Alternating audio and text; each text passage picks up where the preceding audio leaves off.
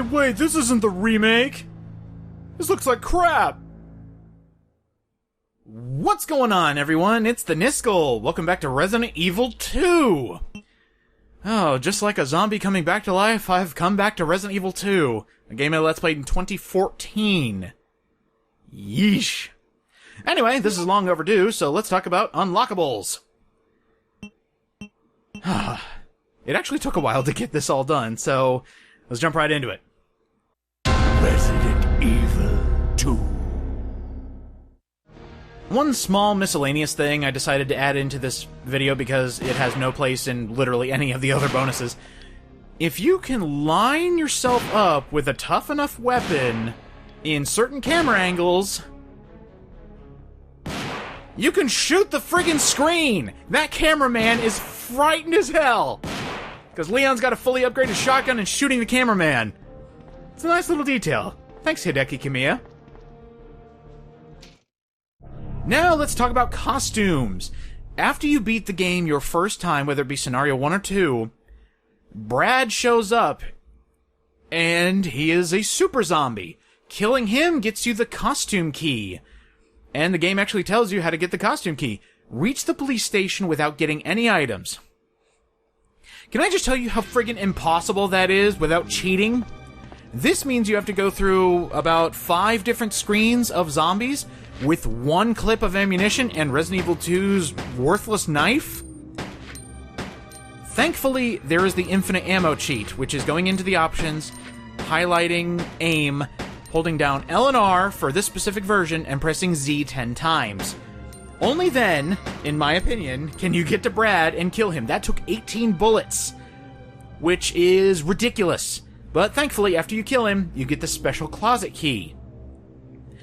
But now we have to make our way into where the costumes are, so let's go ahead and run to it. I'm so glad that the cheat exists. Like, I feel bad for cheating, but I actually have gotten the closet key legitimately, and it is not a fun time. Because you have to deal with that stupid knife, and nobody likes the knife in Resident Evil 2. All one person I've asked, the knife sucks. Anyway, in your first save room, you can find the lockers where you can use the special key. And inside for Leon, there are 2 different outfits that we can use. So let's go ahead and check out the one on the left. This one looks pretty awesome. Just hold on, we gotta load the new character model here. Oh my god! What did this costume do? I still look normal, but everything looks HD in 4K! What happened? Oh my god, I think I broke the game. I gotta get out of here. Wait, what's that sound? Oh, fuck! Anyway, here's what the real costume looks like. He's got a nice little skull on the back of his leather jacket. This is looking really good. Leon, you're looking nice and snazzy here. Looks pretty good. Now, this doesn't do anything to the weapons you have, this is just a nice little cosmetic. Unfortunately, there are no, like, really good camera angles, like close-up, that I can show this off, but you get the idea. The second outfit that you can unlock, and by the way, you can change these whenever you want.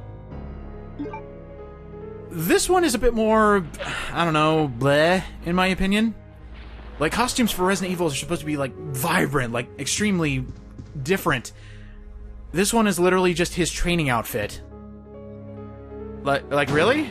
He's got the RPD cap. I mean, he is showing off his sweet, awesome PS2 muscles here. Or PS1 muscles, excuse me. But, I don't know.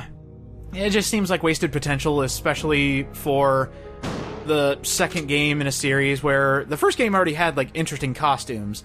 And then you just get this. Leon's costumes actually have a small little quirk.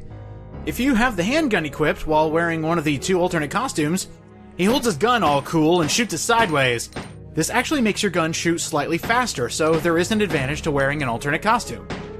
Here's regular Leon for comparison.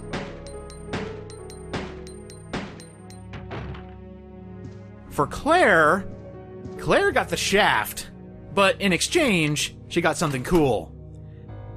You get one outfit for Claire, which, you know, the Let Me Live jacket. It's pretty nice. It's a different version of what Claire wears in Code Veronica. But you also get a gun out of the deal. You get the Colt Single Action Army. It's a 6-shooter, and it's also a pretty sick shooter. I love this costume for Claire. You know, later on in the future, we would get Resident Evil 2 Remake, where you can get Elsa Walker's fabled costume. But I kind of like this better. Like, I really like the costumes you get in a future remake. But for Resident Evil 2, this is awesome. Especially since you get a free gun out of the deal. The Single Action Army feels powerful. It's kinda faster than the normal handgun, so I guess that's the one good thing you get from it. Leon! This is what you really want the costumes for. They change based on the in-game cutscenes. Unfortunately, the pre-rendered cutscenes, nothing changes. But the in-game cutscenes, you can wear the different costumes, and the best part is, if you pick up your costumes for an A scenario character, going into the B scenario, they will be wearing the different costumes, or they will be wearing the costumes you had in Scenario A. So you can have full conversations in weird-looking costumes. While we're on the subject of costumes, I figured this was the best place to bring up Resident Evil 2 for the N64, because the costumes actually did change. Leon's 2 outfits were actually different in the N64 version. He originally had one with a leather vest, bandana, sunglasses. He looked like he was going to war in the coolest way possible. The second costume had a blue bulletproof vest with the STARS logo, and he had camouflage fatigues, baseball cap, and he looked like he was ready to rob a bank. The first of these special outfits is when Leon uses his, sideways handgun shooting. It didn't actually work in the second costume for the N64 version. Claire also got a different outfit in the N64 version. She actually got a purple jacket with red accents. She had a sheath for her knife. The back of the jacket actually includes a logo for Angel Studios, which is now Rockstar San Diego. And wouldn't you know it, they developed the N64 port of the game. She only had one costume, but she still has the Single Action Army. Let's talk about weapons. These were the most difficult to get, because no one on the internet has a proper guide. So I had to figure it out myself. The first weapon we're going to talk about is actually one that I unlocked during the original Let's Play. This is the Infinite Machine Gun, or the SMG. To unlock this, you have to complete either character's scenario in under 3 hours with an A or B rank. I think the 3-hour use is actually overwritten by the rank you get. So even though it took me about 5 hours to complete that A scenario with Claire, it still gave it to me. So when you start up a brand new game, you can actually go into the first box you get, and it'll be sitting right there, with infinite ammo. It feels good to finally have this, and this is the same submachine gun that you can get, or machine gun, however they pronounce it in here. This is the same one you can get in the normal game, with the percentage.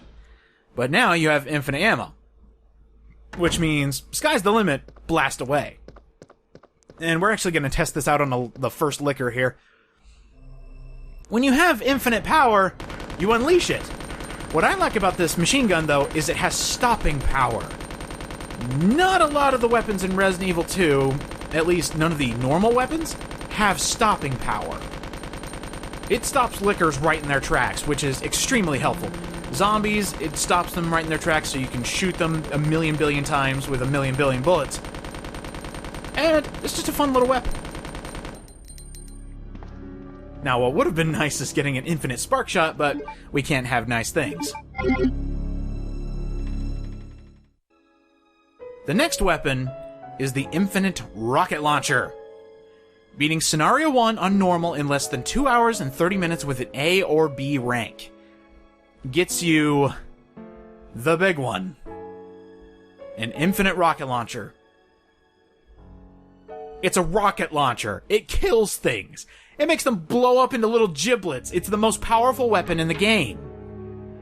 And they give you this for something as easy as beating Scenario 1 in a quick time. How powerful is this rocket launcher? Well, it actually says so. If we actually take a look at the weapon itself, take a look at the description here. A rocket launcher. Duh. One shot from this should kill any enemy. Now, I noticed it said should. That's because final bosses actually take more than one rocket to kill, such as Dog Birkin or any of the Wall of Flesh Birkin. Those ones take a few rockets to actually kill. But for normal enemies, like a Licker, one shot. Now, what's funny is the hitbox on the rocket launcher is ginormous. So even enemies that are on the ground, like Lickers, die almost immediately. And speaking of dying immediately, Mr. X, honey, I don't got time for you. One shot kills Mr. X. Now that is a great feeling. So, have fun with your infinite rocket launcher. There's actually one more weapon that you can unlock. And it feels good when you finally unlock it, because this is the one that stumped the internet forever. The Gatling Gun. You have to beat Scenario 2 on normal in less than 2 hours and 30 minutes with an A or B rank. No saving. That's the kicker, because I've tried every single guide on the internet to try and unlock this thing. And then I thought, you know what? Let's try beating it quickly with no saves. And that's what did it. So those are the 3 unlockable weapons. The Gatling Gun is the one that feels the most powerful. Like, you get to use a rocket launcher in the main game. You get to use a submachine gun in the main game. The Gatling Gun is some new firepower. And oh boy, does it feel good to shoot this thing. A powerful weapon that sprays bullets into targets. I should be able to defeat any enemy with this. You're not wrong. This Gatling gun can hit multiple targets. It's spraying so many bullets that it is firing through other enemies to kill them, and it kills them just immediately. Like, snap your fingers, bam, they're dead. On bosses, it works just as effectively. Just stay on the opposite side of the room and just let the bullets spray. It's amazing to use this gun. And now let's talk about minigames. These are also difficult to unlock, but not this one. Extreme Battle. You can unlock this after beating scenarios A and B and getting and saving the clear file, excuse me.